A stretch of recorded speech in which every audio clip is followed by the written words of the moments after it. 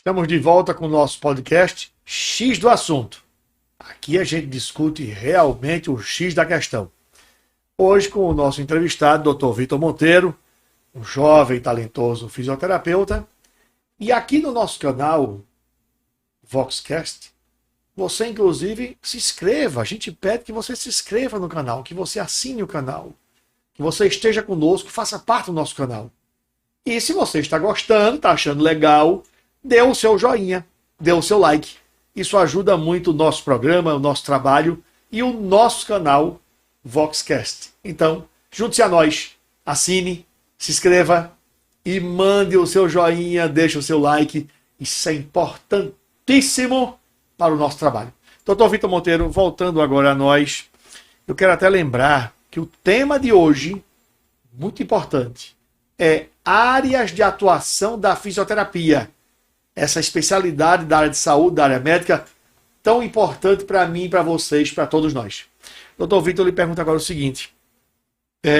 Eu, por exemplo, há alguns anos atrás, eu tive a paralisia facial.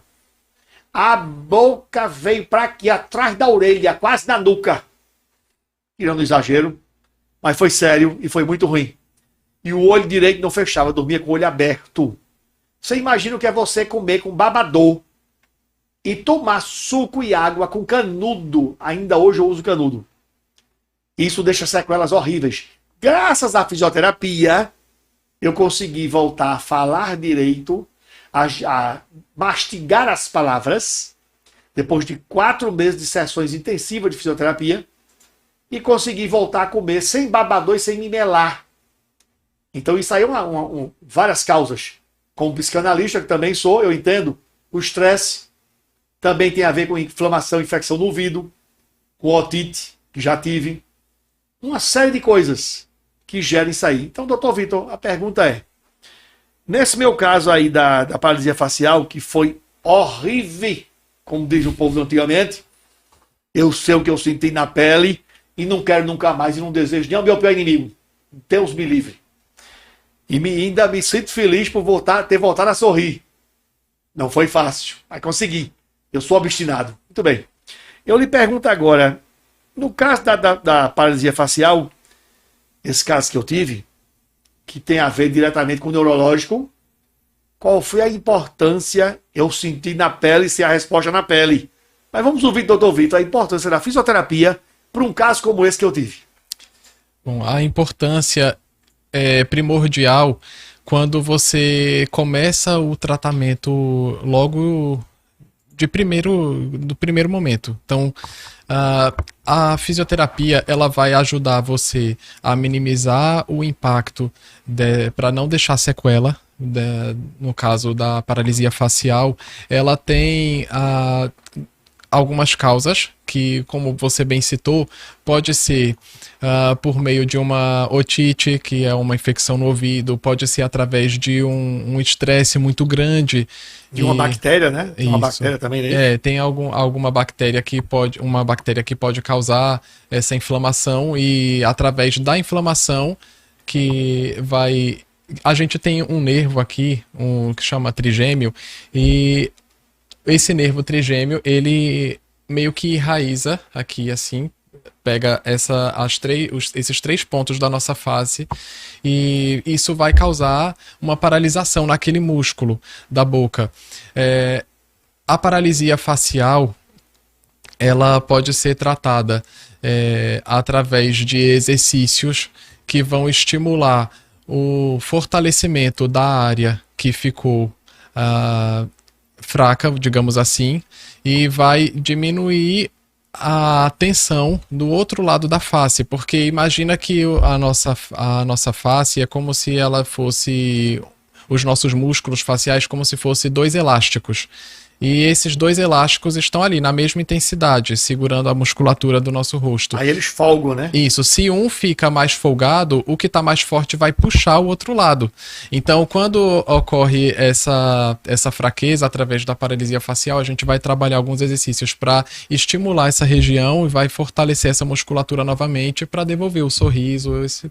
Por isso que meu sorriso foi pro canto, que a boca ficou atrás da nuca. Eu tive medo que fosse para metade da espinha dorsal. Assim, foi muito delicado, muito complicado. Agora eu estou conseguindo brincar com isso, mas na época era terrível dormir com pomada dentro do olho, o olho fechado com gaze e esparadrapo para não infeccionar. Ou seja, um olho aberto e um olho fechado, né? Quase que eu fiz daquela música, um olho cego vagueia procurando por um. Como cantor realmente não é minha praia. Mas assim, pulei esta fogueira e só Jesus sabe o trauma que foi na época. Hoje, como psicanalista, eu debelei esse trauma, né? Até porque fiquei bem, fiquei bom. E devo isso à fisioterapia. Ou seja, o fisioterapeuta é um profissional muito importante na nossa área. E como o tema de hoje diz, áreas de atuação da fisioterapia. São diversas áreas. E olha o quanto me ajudou. Agora, doutor Vitor, eu quero lhe perguntar sobre a fisioterapia numa outra área específica. Já que são tantas áreas e o tema são áreas, então, sobre a área dermatofuncional, nos conte um pouco desta área em si. Essa área de dermatofuncional, ela tem crescido bastante, principalmente na questão estética. As pessoas têm procurado muito voltado para essa área, mas a fisioterapia dermatofuncional, ela não é só estética. Ela também trabalha de disfunções da pele, como úlceras, cicatrizes, queloides, queimados. Então, a fisioterapia na parte de dermato, ela tem essas duas vertentes. Tem essa parte que é voltada mais para a área estética e a parte que trata as sequelas, né? E ulcerações na pele. Por exemplo, você faz uma cirurgia muito grande. E aquela cirurgia deixou uma cicatriz enorme. Vai ter uma certa... Tem aquelas queloides também, Isso, né? tem aquelas queloides, geralmente. E quando você tem uma cicatriz muito grande, ela vai retrair a sua pele. E essa retração pode causar uma perda de mobilidade. Por exemplo, quem faz mastectomia, a área de dermatofuncional, ela atua muito também nessa parte oncológica. Mulheres que fizeram a retirada parcial ou total do seio, ela pode ter uma dificuldade, por exemplo, de erguer o braço, de mobilidade, e aí a fisioterapia vai atuar nessa cicatriz para poder devolver essa mobilidade para o paciente, minimizar a possibilidade de uma queloide, de algum problema dermatológico. A gente trabalha através de lasers, a gente trabalha com a liberação através de terapias manuais, drenagens de líquidos que possam ficar ali, porque quando você faz uma retirada, por exemplo, da mama, a gente tem aqui na região da axila algo que se chama linfonodo. O linfonodo, ele é como se fosse um ralo, digamos assim, para ficar bem mais fácil de entender, e esse ralo ele vai absorver líquidos, fluidos do nosso corpo, que esse fluido se chama linfa. Por exemplo, quando você se rala numa queda, não sai uma aguinha transparente onde você machucou, aquilo ali é a linfa. Então, se a linfa não tem por onde ela ser absorvida, ela vai acumular, causando um edema, um inchaço. Então, é comum você ver quem tirou a parte da mama que pegou essa região da axila ter um braço muito inchado.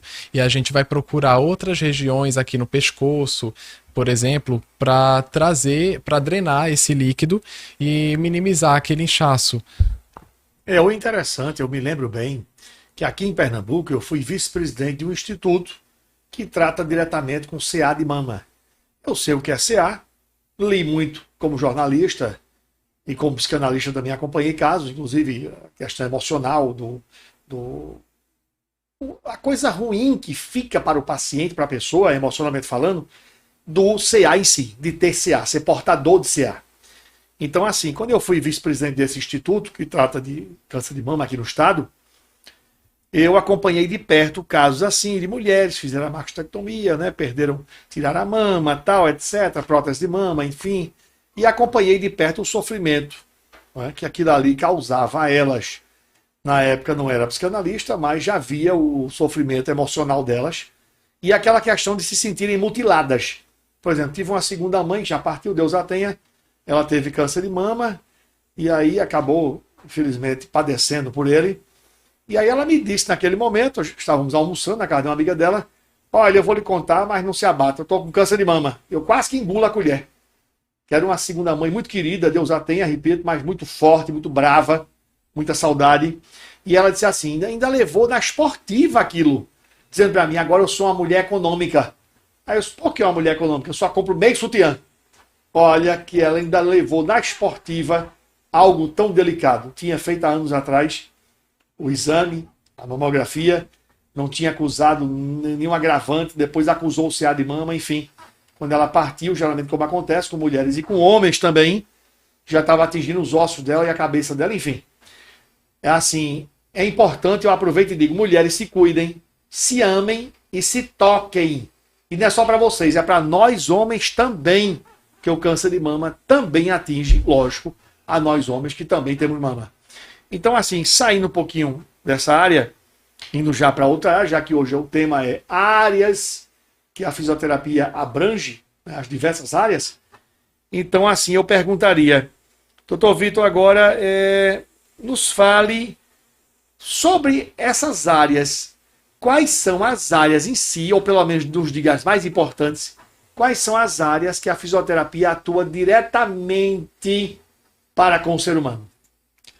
Olha, a fisioterapia, ela trabalha de maneira geral com o ser humano. Como eu falei no início, a fisioterapia é a área da saúde que estuda o movimento, a cinesia humana. Então, através do movimento, a gente vai tratar as patologias do paciente. Então, a fisioterapia, ela vai atuar em várias áreas, assim como a medicina, por exemplo, ela tem as suas especialidades. Na fisioterapia a gente tem a parte de traumato, que é uma parte muito conhecida, é a mais comum, na verdade, né, que vai trabalhar essa parte de traumas, músculos, ossos. A gente tem a dermatofuncional, tem a ecoterapia, que no caso trabalha com animais, né, mas como é muito diverso. Tem também uma área que é bem pouco falada, que é a parte de oftalmológica, distúrbios da visão. O fisioterapeuta também pode se especializar nessa área e tratar esses distúrbios da visão, como desvios, minimizando os impactos, o avanço do grau desse paciente. É uma área bem pouco explorada também, que é bem interessante. Tem a parte neurológica, pediátrica, são muitas áreas realmente. Pois é, então nos fale um pouco, já que sua pessoa falou sobre as áreas, e aqui a gente está discutindo áreas de atuação da fisioterapia, é o tema de hoje, né, aqui do nosso podcast. X do assunto, aqui a gente vai direto no X da questão. Esse é o nosso interesse, orientar os nossos queridos telespectadores, internautas, ouvintes. Bom, então eu lhe pergunto, o mercado de trabalho da fisioterapia é amplo, está crescendo, a gente já sabe que é algo importante e vital. Mas e o mercado de trabalho em si, como é que ela absorve profissionais que agora estão saindo quentinhos, fresquinhos da faculdade? É uma área de atuação bem ampla, como você bem disse, e a gente pode atuar tanto autônomo quanto através de empresas, clínicas, hospitais.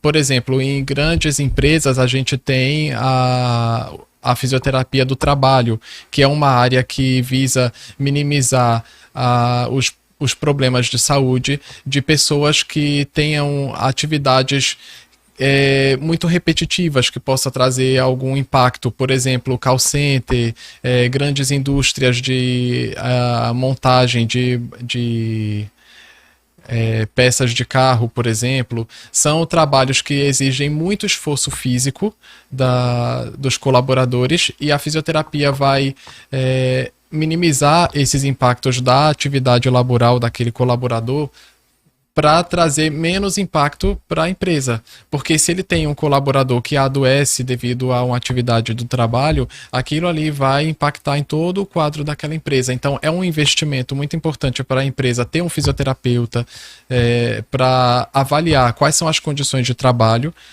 em que aquele colaborador está inserido e a gente tentar corrigir postura, corrigir algumas coisas que possa trazer esse impacto. E essa área de trauma, como sua pessoa falou ainda agora, é uma área muito importante. Eu acho que muito específica, inclusive nos hospitais. Né? A área de trauma, dos acidentes, dos traumas terríveis, físicos, evidentemente.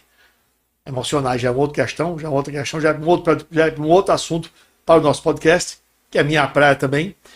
Assim, os hospitais acho que dão um destaque a mais a essa área tão sofrível do trauma e da fisioterapia pós-trauma. Mas a gente está aqui já chegando no final. Nos fale assim num segundinho dessa questão da fisioterapia em si, na questão trauma. Bom, na questão do trauma, a gente vai tratar principalmente a questão de fraturas, lesões musculares, pode ser parte de tendão também. Então, se você teve algum rompimento de tendão, algum trauma de fratura, a gente vai esperar aquele período da fratura se consolidar, vai, em conjunto com o médico, traçar a estratégia para iniciar a fisioterapia o quanto antes, porque quanto mais tempo você passa sem a fisioterapia, você acaba perdendo muito e demora mais a recuperação. Bom, muito bem.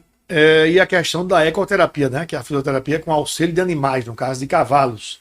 É bem interessante também, particularmente para crianças. Mas, doutor Vitor Monteiro, como o nosso tempo está encerrando, eu queria não só agradecer a sua presença, jovem, talentoso, fisioterapeuta, que abrilhantou nosso podcast X do assunto, com a presença dele, doutor Vitor Monteiro. Porque aqui realmente é o X da questão, é o X do assunto. O nome é proposital. E aqui no nosso canal Voxcast, a gente pede que você prestigie, se inscreva, assine, né, dê o seu like, seu joinha se gostou. Isso é muito importante. Então, doutor Vitor, mais uma vez, obrigado. Muito importante a sua participação aqui no nosso canal. Olha, eu gostaria mais uma vez de agradecer ao Alexandre Sá, ao canal Voxcast pela oportunidade, e caso você tenha alguma dúvida, queira falar diretamente comigo, eu vou deixar aqui o meu contato para vocês do WhatsApp para falar diretamente comigo. O meu número é 81 99213 6861. Pode entrar em contato comigo, tirar sua dúvida se precisar. E o seu Instagram? Meu Instagram é Vitor Monteiro _Físio. Também fico disponível através do Instagram para qualquer dúvida, qualquer informação. E se a gente tiver a oportunidade de discutir algum assunto específico também que você queira, que tenha alguma dúvida, eu vou estar à disposição, tá bem? Muito bem, sigam o Dr. Vitor Monteiro no Instagram dele, tá aí o zap dele que ele cedeu. E aproveitem e nos sigam também, não só o nosso canal Voxcast, que já pedi, né? Deu like lá, mas meu Instagram também, Alexandre Sá Palestrante. Também sou palestrante. E aqui, como jornalista e apresentador, e idem psicanalista clínico, nós estamos à disposição. Então, resumidamente, uma alegria ter estado na apresentação de mais um podcast X do assunto. O nosso abraço a todos vocês.